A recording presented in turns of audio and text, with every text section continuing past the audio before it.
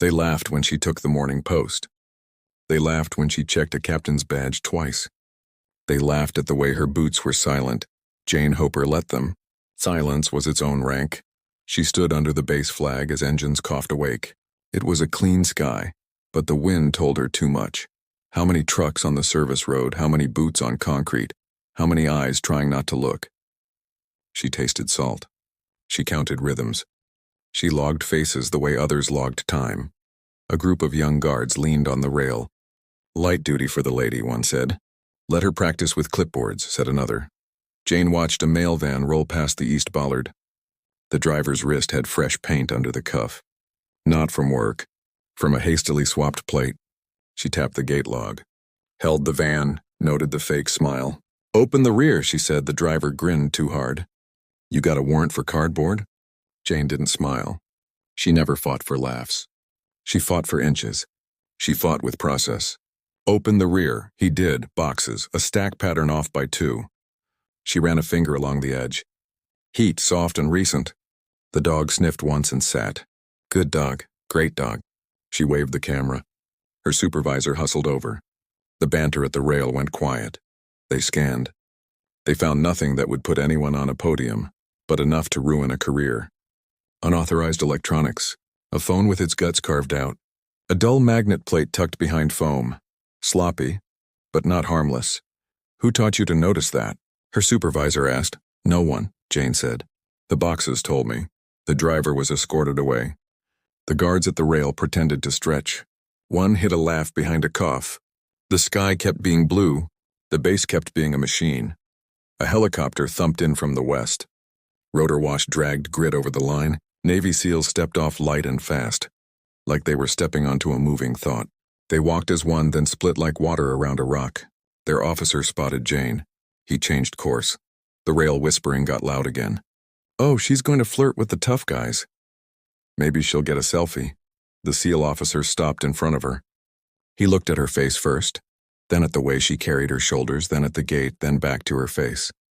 His mouth didn't move much when he spoke. Major, he said. Clear, loud, final. The rail went dead.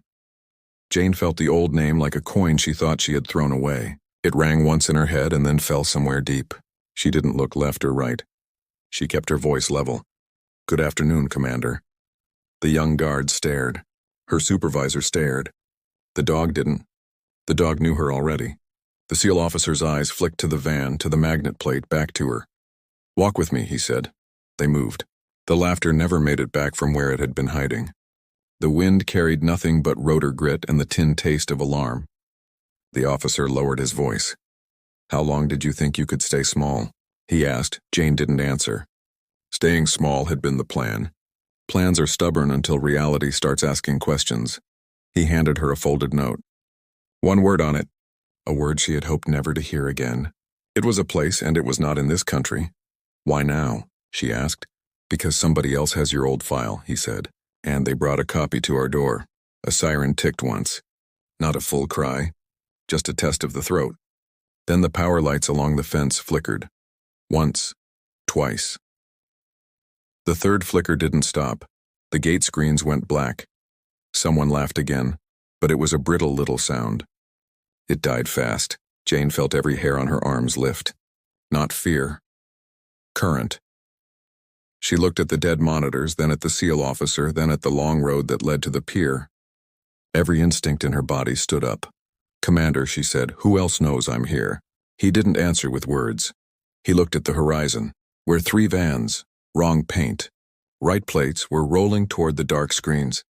If you want part 2 now, hit subscribe and comment. Major, continue.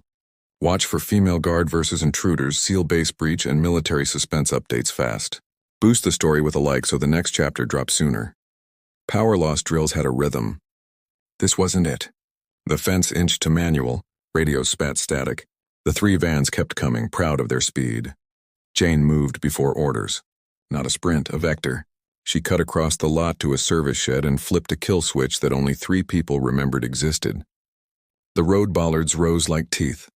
The vans braked late. Fronts dipped. One clipped steel. A smear of yellow paint. One driver cursed loud enough to be a map marker. The SEAL officer, name-tape Webb, watched her hands, not the chaos. "You kept the old habit," he said. "Old habits keep people alive." She scanned faces. Eyes too bright. Jaw tension there, and the third driver not sweating at all. That one scared her. The calm ones always did. Security teams formed. The young guards at the rail discovered posture. Sirens finally found their full voice. The dog barked once and pointed at the third van. "ID," Jane said to driver 3. He held it out between two fingers like it smelled bad. The photo was decent. The lamination wasn't. She tilted it. The seal barely caught light. "Cheap heat job." "Step out," he did. Too smooth. Back straight. Shoulders wrong for a delivery job. She clocked the hand scars in a half-second. "Rope burn, old. A sailor's history wearing a courier's shirt." "What's in your cargo?" she asked. "Office supplies," he said. "Which office?" "The one with the broken printer." The banter was meant for rookies. It was bait for pride. Jane didn't take it. She looked at the panel screws. 2 were new. 1 had a burr at 10 o'clock. The panel shouldn't have been removed from the outside. "Open it," she said. He shrugged, then smiled like they were about to share a small joke. He popped the latch. Boxes again. The stack was neat. Too neat. The air tasted of solvent, not tape, not ink. Coolant. "Thermals," she said to Webb. "Already on it," he signaled. A handheld imager slid into her palm. She watched heat sketches bloom. The boxes were quiet. The floor under them was not. A humming rectangle. Shielded but not shy. "False deck," she said. Driver 3 watched her and did not blink. "Major Hoper," he said, soft. "We've heard your name." The world got narrower by a meter. Webb didn't look surprised. "This is where I say, 'Who's we?' and you pretend to be insulted. Let's skip that." Jane raised a palm. She had the feeling again. The coin dropping. "You say we," she told the driver, "because you want me to know you studied me. But you mispronounced my rank on purpose. That means you came for reaction, not for intel. What are you timing?" He tilted his head. "A small respect." "You," he said. She stepped back as if bored. Her heart went another way fast. She scanned the wheel wells. Looked past the van to the second and the first. A pattern clicked. The magnet plate from part 1 had a twin hiding here. 2 vans blocked the lanes. The third wanted the focus. The hum under the false deck wasn't the main game. "It was a metronome, Commander," she said, voice low. "They're not trying to get in. They're trying to keep us here." He didn't ask how she knew. He asked where. She pointed at the pier cameras. Still dead. The backup grid should have held. It hadn't. That meant inside help or a newer trick. A boom rolled in soft from water. Not big, not yet. The young guards flinched. Jane didn't. She watched the driver's eyes. He didn't flinch either. He waited like a stagehand listening for a cue. "Pier 2, Webb said into a secure mic. "All teams, static." Then a voice. "We've got it cut." Not with jam. With a calm little click. Driver 3 smiled without his teeth. "You still read rhythms," he said. "Good. Then you know there are 3 movements." "You caught the first. And the second?" Jane asked. He looked up. Not at the sky. At the flag. The wind shifted. The smell changed. The dog whined. Jane tasted fuel. She turned toward the harbor and saw the first slick line catch light. "Get the booms out," she shouted.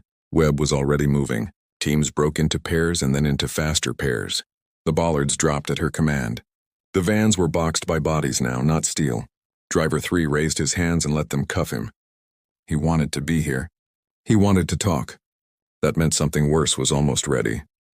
Jane looked back at the dead fence screens. She knew what the third movement would be. It would come from inside the wire, and when it came, someone would say her old call sign out loud. Craving Part 3? Tap Subscribe Plus and comment Inside the Wire. You'll get the next drop with SEALs vs. Saboteurs, Female Guard Intelligence, and Base Intrusion Mystery. Share to boost reach so the series keeps rolling. They moved Driver 3 to a gray room and let him meet the clock. He sat like a man on a train that would arrive exactly when it meant to. He didn't ask for water. He watched the mirror. He watched Jane. Webb leaned against Cinderblock and let silence do its work. Silence was an old interrogator. Jane let it breathe, then opened a file. Not his, hers, a thin decoy. She didn't put it on the table. She held it near her chest like a small shield. "You know me," she said, "so you know I won't say more than needed. Here's what I will say. You timed a grid drop with pier sabotage and sealed lanes using your own vans as anchors. Simple ideas. Cruel geometry. He kept his eyes on the mirror. You still talk like a teacher, he said. That was before, she said. Before what? Before my students started shooting back. He smiled the wrong kind of smile. Webb put a photo on the table. It showed a pier worker in a red cap repeatedly not looking at a camera. Inside help? He asked. Driver 3's eyes flicked down. A microtel. Not help, leverage. We don't hire believers. We rent the desperate.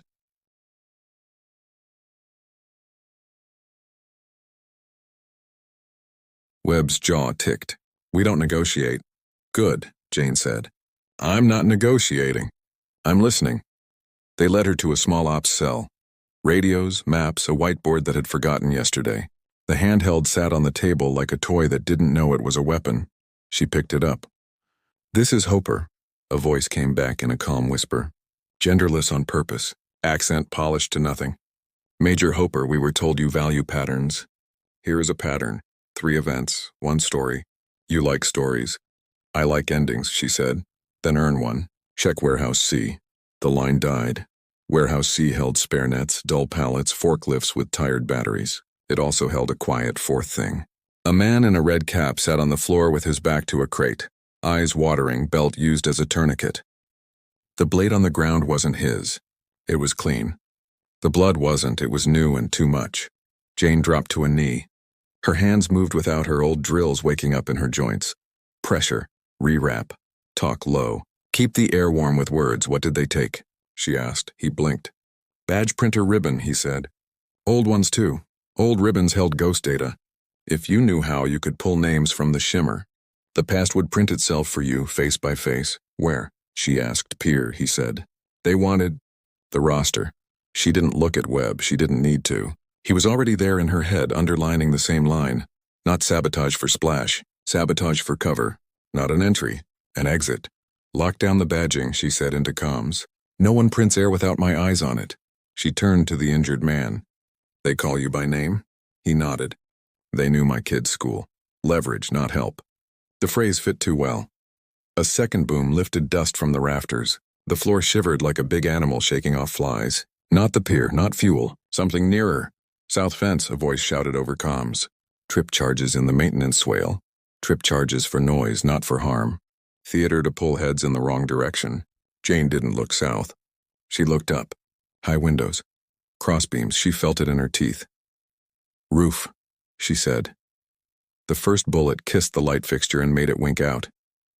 Everyone learned something in that second. The shooters learned she was faster than the old story said. The guards learned she had never been a story. Jane shoved the injured man behind the crate and rolled hard. She heard Webb's team go from talk to motion in half a breath. The hand held in her pocket vibrated once. A text, not a call. Movement 3 begins. She smiled, and it wasn't friendly. Then let's end your music, she said, and took the ladder 2 rungs at a time. On the roof, a shape ran low behind vents, moving between horizons, and when it turned, Jane saw her own name stenciled on the shooter's sling. Not a coincidence. A mirror. She lifted her weapon. The shooter lifted theirs and whispered her old call sign into the wind. Want part 4? Smash like, subscribe, and comment roofline. Don't miss the next chapter. Female guard versus rooftop snipers. SEAL counter ambush, warehouse ghost data. Share this to power the series. The wind ate half the whisper. The half that survived was enough to peel 10 years off her bones. She felt the dry heat of a far country flicker through the California air. She saw a valley no map owned. She heard a drone that wasn't above them now. She did not freeze. She cut the memory clean and kept the skill. The shooter moved like someone who had trained on the same tapes. Offset steps, hips low. Muzzle never crossing air without purpose. Jane tracked not the body but the decisions. Decisions leave bigger footprints. East vent, she said into comms. 3 count faint. Real push north. Webb didn't reply with words. A shape broke north. A counter shape slid east, a ruse. The shooter bit the wrong bait, then felt it and corrected fast. Good. Scary good. Don't kill, Jane said. We need their map. The shooter popped smoke. Gray billowed. The roof became a room with new walls. Jane dropped her sight line and crawled to a vent lip. She listened to boot whisper, to breath bounce, to the weird little song sheet metal sings when it's touched in a hurry. She stood into the smoke like a shadow, raising its hand, and fired once into empty air. The shooter ducked into that safe emptiness on instinct and met Webb's shoulder at speed. They went down like bad math. Jane slid across pebbled tar, kicked the rifle away, and pinned a wrist to the vent with a zip. Mask off. A face young enough to be told later about most things. Eyes steady. A rage that wasn't theater. A scar at the left temple that said lesson, not style. Who trained you? Jane asked. Your friends, the kid said. Name one. Everyone uses new names now, the kid said and smiled. It wasn't bravado. It was belief. Downstairs, alarms in 3 keys argued. The fuel slick had reached a boom line and hummed against it like a living thing wanting to climb. Firebreak crews shouted. The dog barked at a ghost only dogs can see. Search the pack, Jane said. Webb did, quick fingers, no drama. He pulled out a plastic sleeve. Inside, strips of used printer ribbon spooled tight and labeled. Roster restricted. Another sleeve, badge blanks. Another, a folded page damp with roof sweat. He opened it. A list of base rolls with boxes drawn beside each. Some were checked. Some unchecked. One box had a little star. Gate officer, Hoper. Fan mail, Webb said. Inventory, Jane said. They weren't sure how many of us would be on shift. The star is for flexibility. Meaning? Meaning I ruined their timing. The kid on the roof didn't stop watching her. You'll talk to us, they said. If we show you the right mirror. Try, Jane said. Your rank was never a secret, the kid said. It was a promise. They promised you you'd never be left alone. They promised you if the wrong name ever showed up, the right men would say the right word in public so you'd have cover to run. You didn't run. Maybe I learned to stop, Jane said. You learned to wait, the kid said. And waiting is how we win. Webb's radio snapped. South maintenance, breach. Boots pounded. Shouts turned into shapes below. The kid smiled again. Movement 3, they said, happy like a student hearing a bell. Jane looked at the smoke. Not gray anymore. Brown streaks. Not from canisters. From fire touching something it shouldn't. The pier booms would hold, but the wind would argue. She felt the field widen in her head. The roof, the warehouse. The south swale. The badging office. The gray room.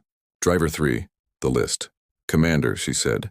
They're using the breach as a distraction to get their badge ghosts out. Not in a van. On a wrist. Runner? Webb asked. More than one. He was already moving. Teams flowed off the roof like a poured thought. Jane stayed. The kid watched her, curious. They said you'd pick field over chase, they said. Who's they? Jane asked. You kept your promises. So did they. Major. A second clatter. Nearer. Metal on metal. Not a breach, a drop. Jane turned and saw a small box the size of a lunch pail sitting at the edge of the roof, blinking from asleep to awake. She didn't move closer. She read the pattern printed on the casing instead. Off-brand. Good mimicry. Bad authenticity. The serial sticker had been peeled, then reset crooked by a left-handed tech. The residue told her more than the LED. Not a bomb, she said. A relay. To where? Webb asked from the hatch. Jane's eyes went to the harbor, to the dark water humming at the booms, to a buoy that looked a little too clean. Waterline, she said. They're exfiltrating data through the spill. Liquid path. Signal piggyback. The relay blinked faster. Happy to be seen. Cut it, Webb said. Jane reached for the wire and the relay chirped. Bright and eager like a child at a doorbell. Something answered from the buoy. And under the buoy, something answered back. Ready for part 5. Hit subscribe plus comment waterline. Next, female guard versus data exfil. Seals chase runners, relay buoy twist. Share this episode. Help the algorithm salute the major. Signals love paths. Water is a patient path. Jane traced the invisible line from roof edge to buoy to beyond. The relay's chirp paired with a tone so low it felt like a mood. Webb's tech killed power to the device. It smiled and kept smiling. Internal battery. Of course, the spill covers the buoy's shadow, Jane said. Gives them a signal blanket. They're not sending volume. They're sending names. Names travel light. Kill the buoy, Webb said. Harbor wants a reason. A voice returned. Tell them the sea offended me, Webb said, and his tone wasn't joking. Boats moved. Jane slid down to the warehouse and passed it to the service key. Fire crews had ringed the slick with orange and prayer. The wind fussed. A runner cut through the maintenance yard, not fast, just efficiently enough to survive. Jane didn't chase. She cut left and met the runner where tired legs always confess. At the corner you think you own. They collided. She let the hit exist. It taught the runner humility. The badge blanks spilled like coins. A ribbon strip fluttered once and stuck to a damp boot. She pinned the elbow and took breath away with a knee, then gave it back. Names, she said. The runner spat blood and numbers. 3 lists, yours, the peers, the team that just landed. Not for ransom, she said. For targeting, he said. Or for recruitment. Sometimes the same thing. What's movement 3? She asked. He looked toward the south swale and laughed soft. You already missed it, she didn't argue. She looked past him to a maintenance truck that didn't quite fit its paint. The rear tire had dust from a road that wasn't on base. The hitch held scratches shaped like the letter of a different tool. She walked to it. Opened the bed. Saw what she feared. Not explosives. Printers. 2. Portable. Warm. They had made their own badging office. Commander, she said. We've got a second print line.